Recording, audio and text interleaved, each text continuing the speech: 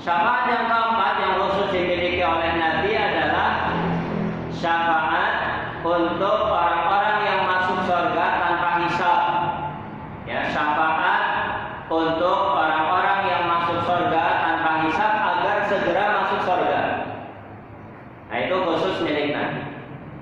Ya, jadi ada 4 ya syafaat khusus Nabi pada hari kiamat. Yang pertama apa? Syafaat uzma, syafaat di padang mahsyar untuk memulai hisab. Yang kedua apa? Syafaat untuk membuka pintu surga.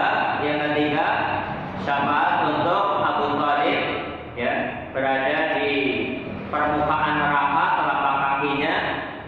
Kemudian yang keempat adalah syafaat untuk orang-orang yang masuk surga tanpa hisab agar segera masuk surga.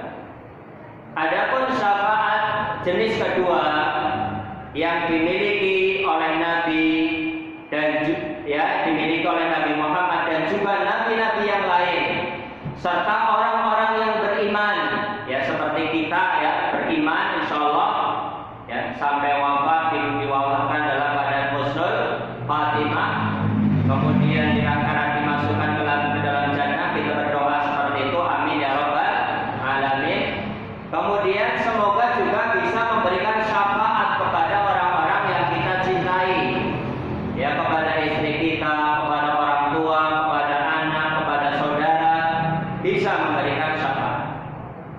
Syafaat ini jenisnya itu ada 3 macam. Yang pertama, syafaat untuk penghuni neraka agar dikeluarkan dari neraka. Jadi sudah masuk neraka, ya dia disiksa di neraka sekian lama, kemudian diberikan syafaat oleh orang-orang beriman, termasuk Nabi Muhammad, para nabi yang lain, orang-orang beriman, orang mati syahid, orang-orang soleh. Ya, orang yang sudah masuk di neraka itu bisa dikeluarkan dari neraka. Kalau sudah keluar dari neraka, dimasukkan ke mana? Ke dalam surga. Itu jenis yang pertama. Jenis yang kedua adalah syafaat ya untuk calon penghuni neraka. Namanya calon berarti apa? Belum masuk. Syafaat untuk calon penduduk neraka, dia tidak jadi masuk neraka, langsung masuk ke dalam surga. Apa bedanya dengan yang pertama? Kalau yang pertama sudah masuk neraka, dia diazab sekian lama, misalnya catanya seharusnya 100.000 tahun misalnya, ini baru separuh hukuman misalnya, kemudian dapat syafaat, dalam istilah kita ya remisi lah ya, potongan hukuman. Akhirnya belum ya 100% dia dapat syafaat, kemudian dikeluarkan dari neraka dan dimasukkan ke dalam surga. Kalau yang kedua itu belum sempat sama sekali masuk neraka, baru calon, ya dia sudah dapat syafaat, langsung dimasukkan ke dalam surga. Yang ketiga adalah syafaat untuk penduduk surga agar dinaikkan derajatnya. Jadi dia penduduk surga, misalnya dia sesuai dengan amalannya, sesuai dengan kadar iman dan amal solehnya, misalnya tingkatan 50, tapi karena dapat syafaat dia jadi naik tingkatan 100 misalnya. Nah itu bisa diberikan oleh orang yang beriman. Dan syafaat itu syaratnya ada 2. Yang pertama izin dan ridho Allah Subhanahu wa taala kepada pemberi syafaat. Ya, izin dan ridho dari Allah kepada siapa?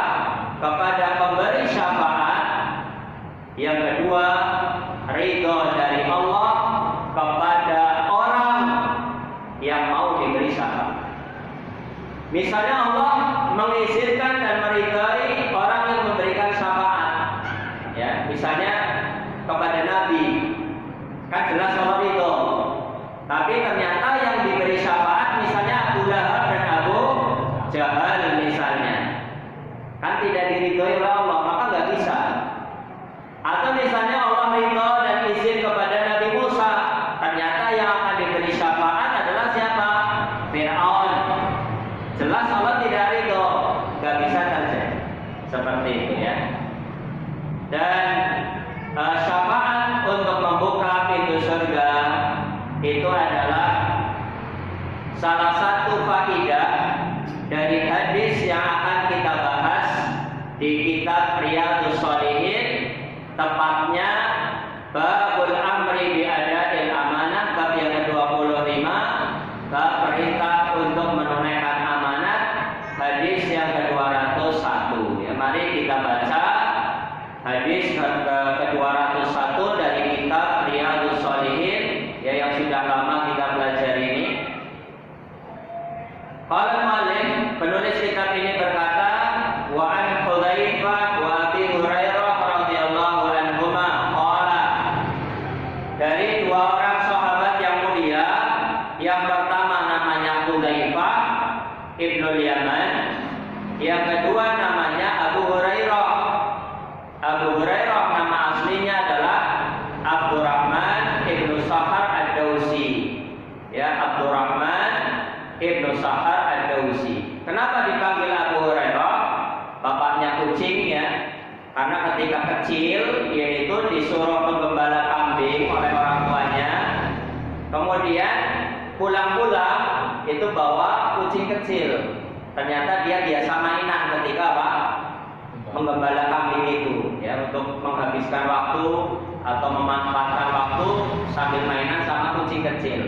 Maka ketika pulang bapaknya itu memanggil ya Abu Hurairah ya, jadi sebuah julukan ya. Kalau di Jawa kadang julukannya kurang pas ya, celek-celek ya, misalnya walaupun itu nyata, misalnya orangnya kering ya, kurus, akhirnya nama aslinya misalnya Sidik ya, yang mohon maaf kalau yang pas, misalnya nama aslinya Sidik atau siapa nama itu? Termisi misalnya. Tapi karena misalnya kurus, ceking, akhirnya terkenal dengan panggilan apa? Ring gitu kan? Atau misalnya kepeng ya kan? Ya, itu julukan yang kurang pas, kurang bagus. Walaupun nyata, tapi kan di telinga kayaknya kurang enak gitu.